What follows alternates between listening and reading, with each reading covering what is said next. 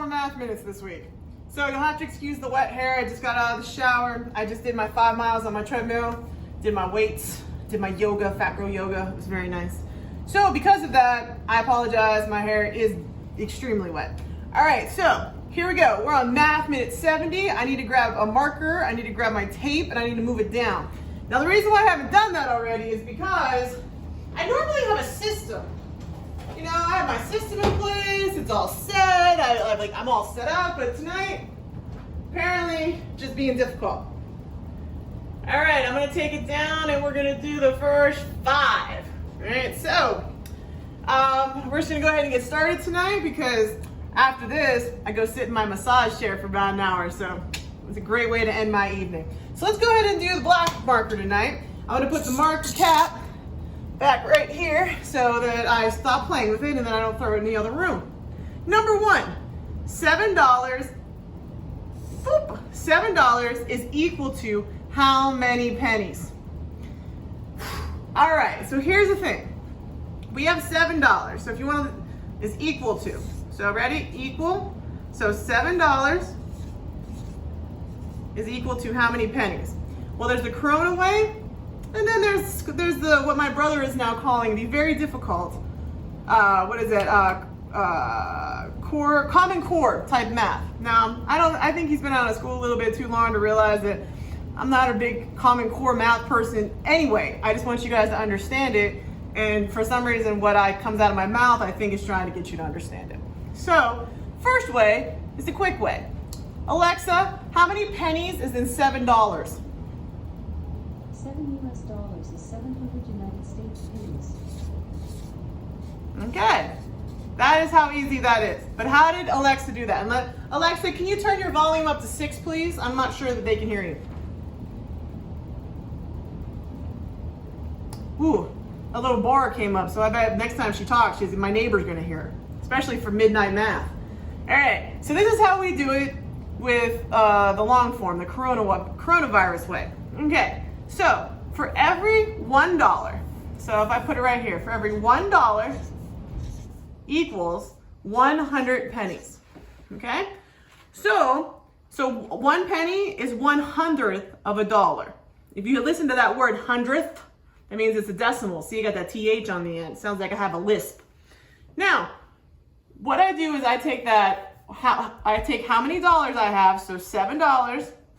So we take 7 times how many pennies are in every dollar, which is 100.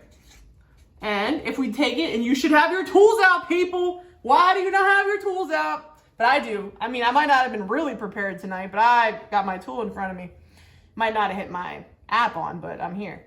So I'm going to take that 7 times 100 equals 700. So either way, it still gives me 700 pennies.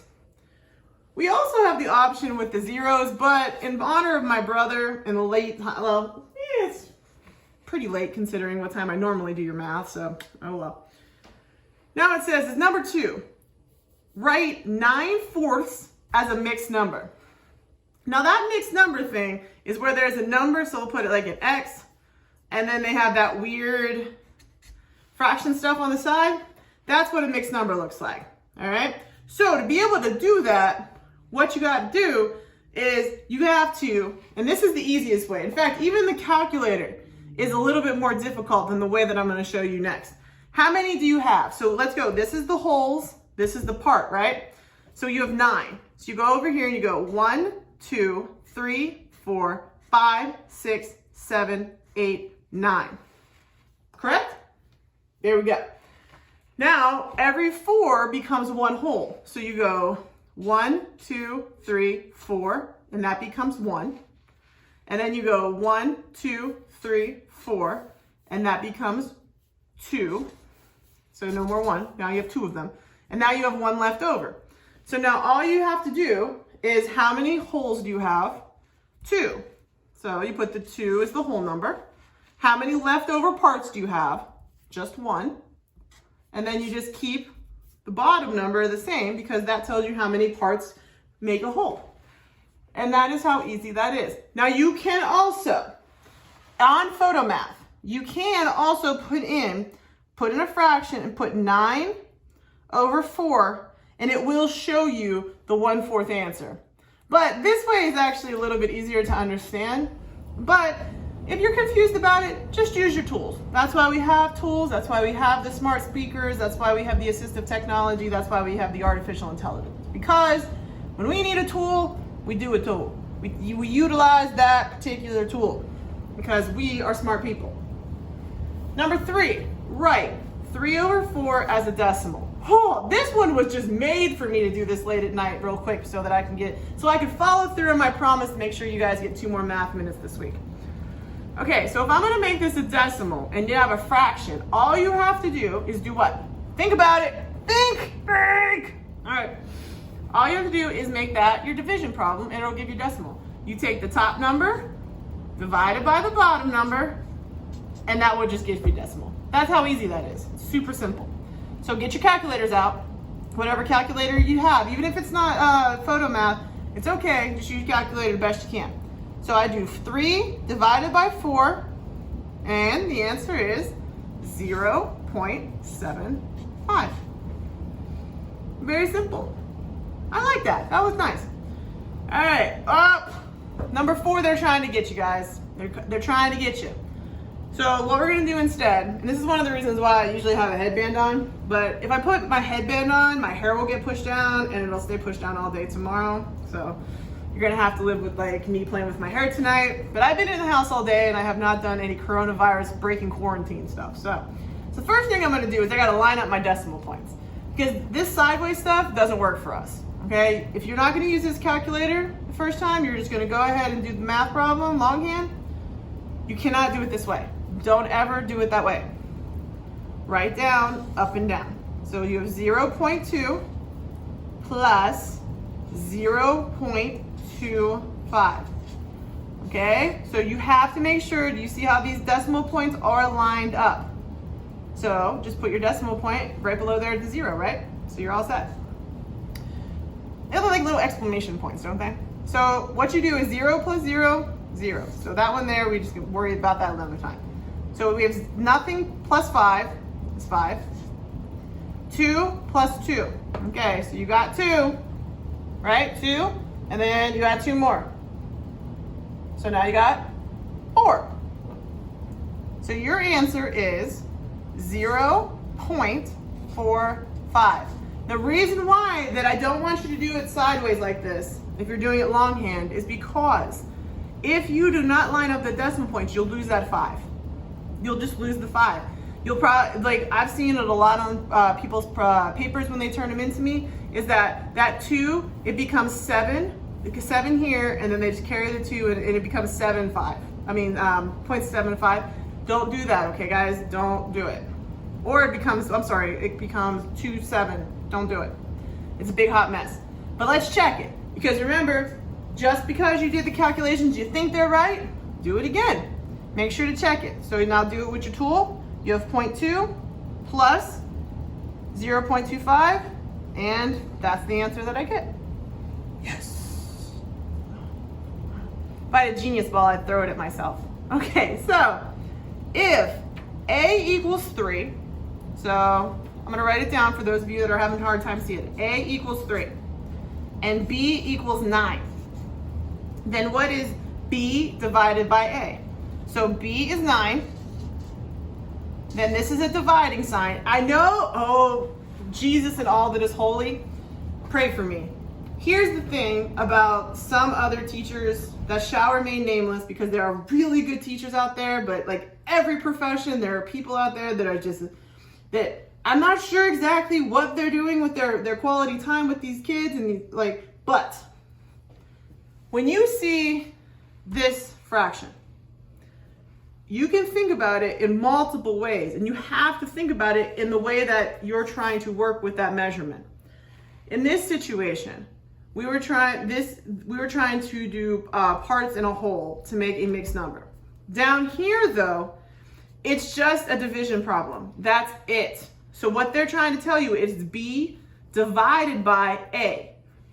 So we have 9 is the B, and then I replaced the 3 because that's what A means. That's what A is. So now I have 9 divided by 3.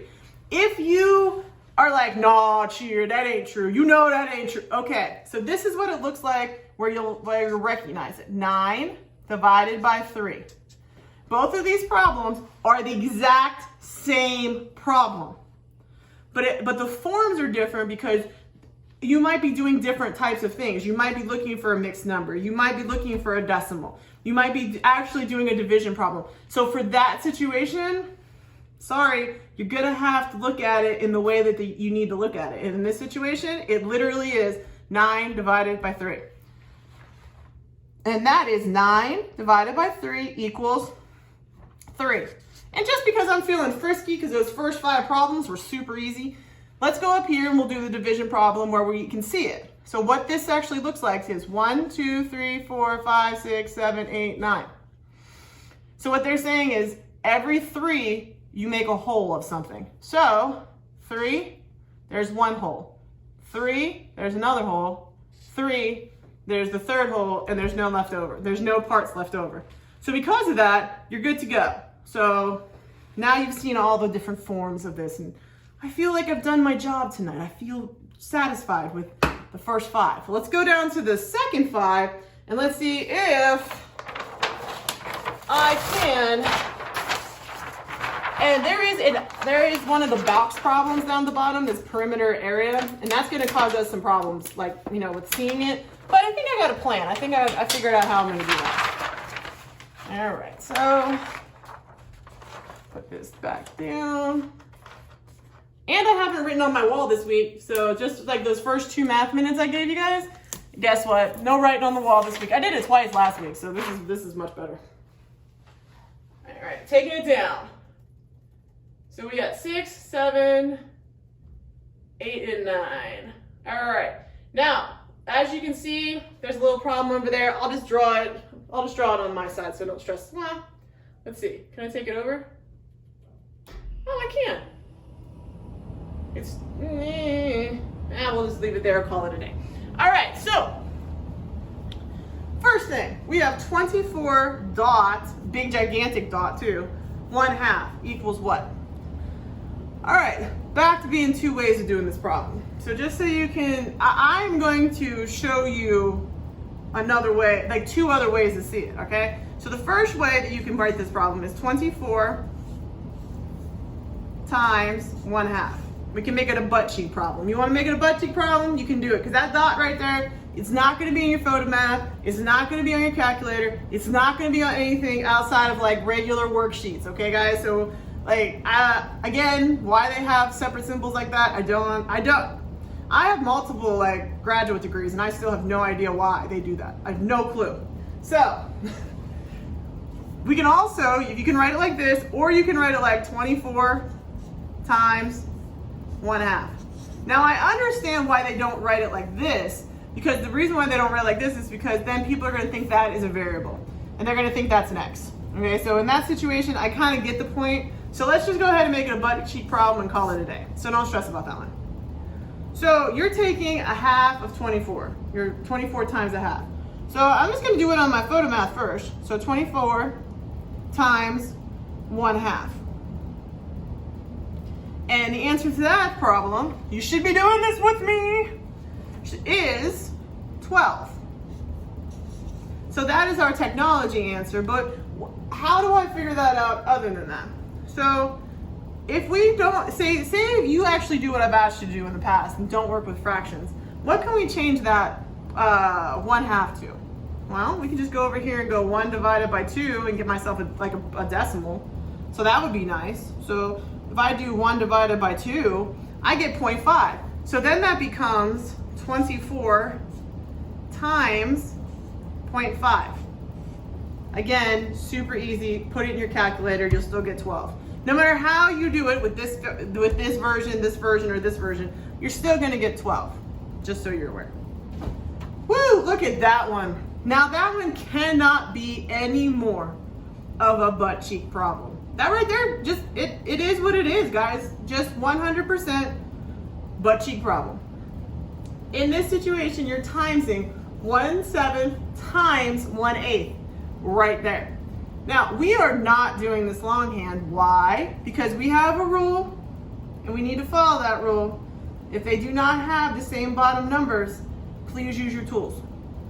When we get really good at finding the least common denominator, then we'll worry about doing it longhand. We'll do it the Corona way. But for right now, please don't torture your family, because what's going to happen is your family is going to be all like, they're going to call cheer, please stop having them do this fraction problems like that. So please get your tool out, and we're going to do 1/7 times, that's what that's in between there is times. So this is what it really looks like. It's 1/7 times 1/8. Now the reason why they don't put the little time symbol, and see, that's why that symbol is garbage, because they'd only use that just sometimes. So this right here, and that one right there causes a problem anyway, because a lot of the time people think it's a decimal point. So, that's just me. If I ran like math textbooks, I'd get rid of some of this stuff, because right now it's just confusing for just confusing sake. So that's what the problem is. 1/7 times, okay, times, you put another fraction symbol, 1/8, and it becomes 1/56. There you go. Now, you're gonna tell me, you're gonna go, especially people that know their multiplication tables, you're gonna say, Chair, all you gotta do is times those two numbers at the bottom. Okay, I got you. Maybe I could have. Or you could just put it in photo math the way that I told you to do it, and then you get the right answer right away. I think that I'm correct on that particular situation. So I'm gonna pull this up a little bit and pull that over to get that other problem where I can see it too, because I can't see it. Okay, so this first part over here, I read it before I moved over. So this one here wants us to find the perimeter of that rectangle. Okay, so that first one is perimeter. Second one down here is area. Okay, and here's our rectangle right there. I hope you guys can see it. Now, what we're working with is 10 on the bottom, 3 on the side. So if it's 10 down here at the bottom, and both of these are parallel and they're connected by 90-degree angles, if this is 10, this has to be 10. If it's over here is 3, and maybe you guys can't see that, so I'll put it over here, that number is 3. So now I know that the perimeter is adding all of those sides together, correct? Correct. So you have a line that's 3, you have a line that's 3, you have a line that's 10, and you have a line that's 10.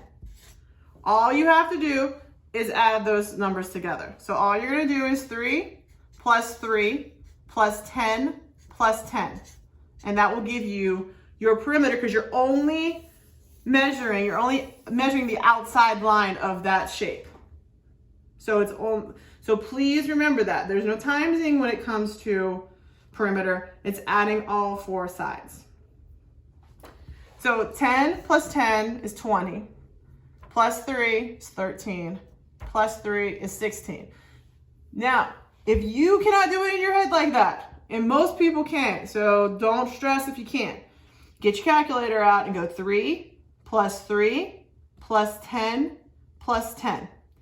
The reason why I didn't put it up and down, because you could do it like this, 10 plus 10, 3 and 3.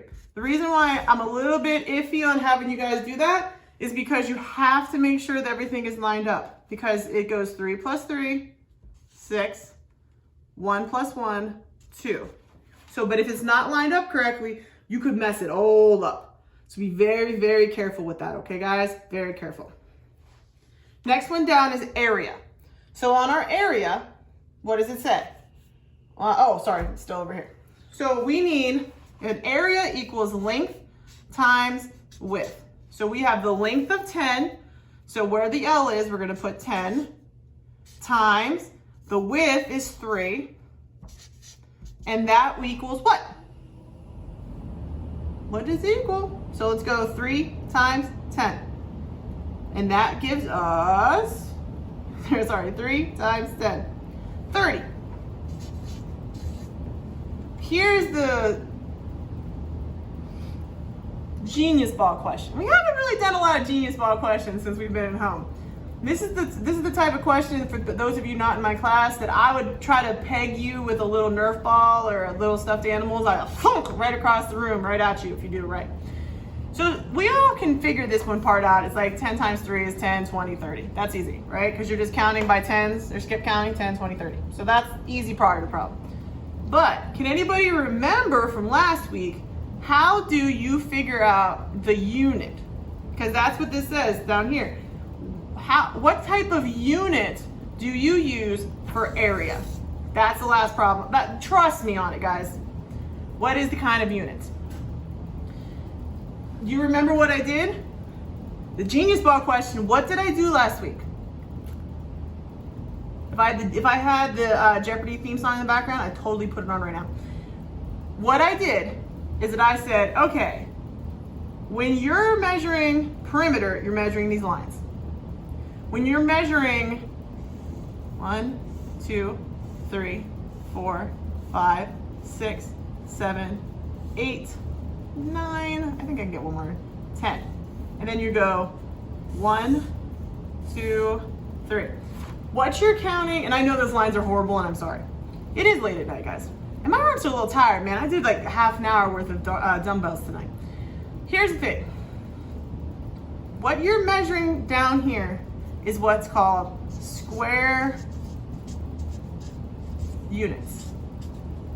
And the reason why they're called square units when it comes to area is because you're counting all those little squares that if you really did cut that up into equal measurements, equal portions, then you would actually have those little squares to actually count.